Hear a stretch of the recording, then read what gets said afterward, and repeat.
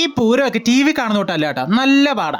Hello guys, നമ്മൾ ഇന്ന് ഒരു വെടിക്ക് രണ്ട് പക്ഷി എന്ന് പറഞ്ഞ പോലെ ഒരു വഴിക്ക് പോയി രണ്ട് കാര്യം ചെയ്യാൻ പോവാണ്. ആദ്യം നമ്മൾ വന്നത് ഞാനിതുവരെ കേട്ടിട്ട് പോലും ഇല്ലാത്ത ഏതോ സ്ഥലത്ത് ഏതോ ഒരു സ്കൂളിൽ PSC എക്സാം എഴുതാൻ വേണ്ടിയിട്ടായിരുന്നു. സംഭവം ഇതിന്റെ ആദ്യമത്തെ PSC എക്സാം ആണെങ്കിൽ പോലും ഞാൻ വിജൃംഭിച്ചു പോയി. കറക്ക് കുത്താൻ വേണ്ടിയിട്ട് പോലും ഒന്നും അറിയത്തില്ലായിരുന്നു, സമയവും കിട്ടിയില്ല. ഇനിയാണ് നമ്മുടെ മെയിൻ കാര്യം. എക്സാം ഒക്കെ കഴിഞ്ഞ് ട്രെയിൻ പിടിച്ച് നമ്മൾ നേരെ പോയി ആലുവയിലേക്ക്. അവിടുന്ന് മെട്രോ ഫീഡർ ബസ്സും പിടിച്ച് നേരെ വിട്ടു എയർപോർട്ടിലേക്ക്. അല്ല, ഈ പൂരം കാണാൻ പോയപ്പോൾ എന്തിനാ എയർപോർട്ടിലേക്ക് പോയെന്നായിരിക്കും നിങ്ങൾ ചിന്തിക്കുന്നത്. പറയാം. സത്യം പറഞ്ഞ അനീതി ഡൽഹിയിൽ നിന്ന് വരുന്നുണ്ടായിരുന്നു. അവളെ വിളിക്കാൻ വേണ്ടിയിട്ടാണ് ഞാൻ എയർപോർട്ടിൽ പോയിട്ടുണ്ടായിരുന്നത്. തൃശ്ശൂർ പൂരം എന്ന് പറഞ്ഞാൽ എൻ്റെ ഒരു ഡ്രീമാണ്. പക്ഷേ എന്തിനാ വെറുതെ തിക്കിലും തിരക്കിലും ഒക്കെ പോയി നമ്മൾ കഷ്ടപ്പെടുന്നത്. നമ്മുടെ കൊച്ചി എയർപോർട്ടിൽ തൃശ്ശൂർ പൂരം മോഡൽ തന്നെ ചെയ്തു വെച്ചിട്ടുണ്ട്. എയർപോർട്ടിൽ ചെന്ന് കഴിഞ്ഞാൽ പലതരത്തിലുള്ള ആൾക്കാരെ നമുക്ക് കാണാനായിട്ട് സാധിക്കും. പോകാൻ വേണ്ടിയിട്ട് വിഷമിച്ചിരിക്കുന്നവരും വന്ന സന്തോഷത്തിൽ കെട്ടിപ്പിടിക്കുന്നവരും ഒക്കെ.